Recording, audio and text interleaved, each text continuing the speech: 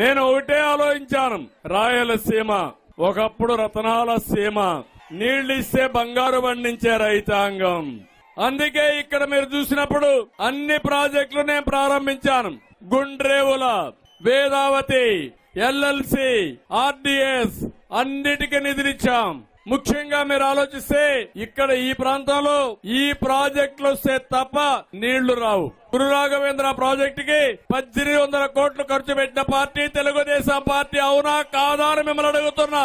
ఇంకో పక్క డోను పత్తికొండలో నీళ్లు తేవడానికి హంద్రి నీవా ద్వారా లిఫ్ట్ ఇరిగేషన్లు పెట్టి 68 చెరువులకు నీళ్లు ఇవ్వాలని 250 కోట్ల రూపాయలు శాంక్షన్ చేశాం.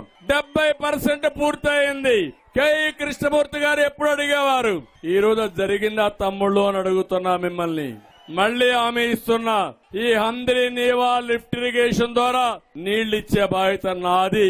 అన్ని చెరువులకు నీళ్లు ఇస్తామని మరొకసారి హామీ ఇస్తున్నా. వేదావతి కూడా పూర్తి చేసి తద్వారా ఆలూరు గాని ఈ మెట్ట ప్రాంతాలు బాగుపడతాయి. నేను ఒకటే ఆలోచించాను, రాయలసీమకు నీళ్లు రావాలంటే శ్రీశైలం దగ్గర నుంచి రావాలి, అదే మరి తుంగభద్ర దగ్గర నుంచి రావాలి.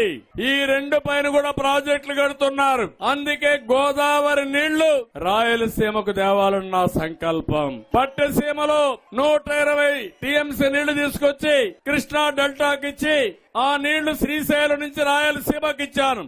అన్ని ప్రాజెక్టులు పూర్తి చేశాను. ఇంకో పక్క ఆలోచిస్తే గోదావరి నీళ్లు బనకచెర్లకు తీసుకొచ్చి తద్వారా రాయలసీమను అనుసంధానం చేసి ఒక్క కర్నూలు పార్లమెంటుకు మాత్రం ఇబ్బంది ఉంది కాబట్టి ఆర్డీఎస్, గురు రాఘవేంద్ర లేకపోతే గుండ్రేవుల, ఎల్ఎల్సి ఇవన్నీ పూర్తి చేసుకుంటే దీనికి కూడా ఇబ్బంది ఉండదని ఆలోచించాను. అన్ని పోయే పరిస్థితికి వచ్చింది.